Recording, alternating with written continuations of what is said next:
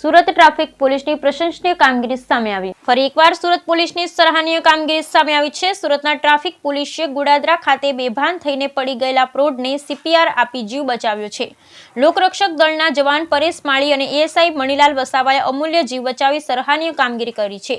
Bike સાથે ઉભેલા પ્રૌઢ વાહન ચાલક અચાનક ઢળી પડતા પોલીસ જવાનો દોડી ગયા, તાત્કાલિક સીપીઆર આપવા લાગ્યા। આમ સીપીઆરથી રાહત મળતા 108 એમ્બ્યુલન્સ મારફતે ઇમરજન્સી હોસ્પિટલ પહોંચાડતા પ્રૌઢનો જીવ બચી ગયો। બંને પોલીસ કર્મીઓની તો ચારેકોર ચર્ચા થઈ રહી છે। સીપીઆર એટલે કાર્ડિયો પલ્મોનરી રિસસિટેશન, જેમાં બેભાન થયેલ દર્દીની છાતી પર દબાણ આપવામાં આવે છે અને સાથે મોઢા દ્વારા કૃત્રિમ શ્વાસ પણ આપવામાં આવે છે। ઘણી વખત હાર્ટ એટેક વખતે અને શ્વાસ ન આવે એ વખતે દર્દી પર સીપીઆરનો પ્રયોગ કરવાથી એમનો જીવ બચાવી શકાય છે। જો કોઈ વ્યક્તિને અચાનક શ્વાસ લેવામાં તકલીફ પડવા લાગે, હૃદય કામ કરતું અટકી જાય, જ્યારે એમના શરીરમાં ઓક્સિજન પૂરું થવા લાગે છે અને મૃત્યુ તરફ આગળ વધે છે, એક ક્ષણે જો સમય રહેતા એમને સીપીઆર મળી રહે તો એમનો જીવ બચી શકે છે।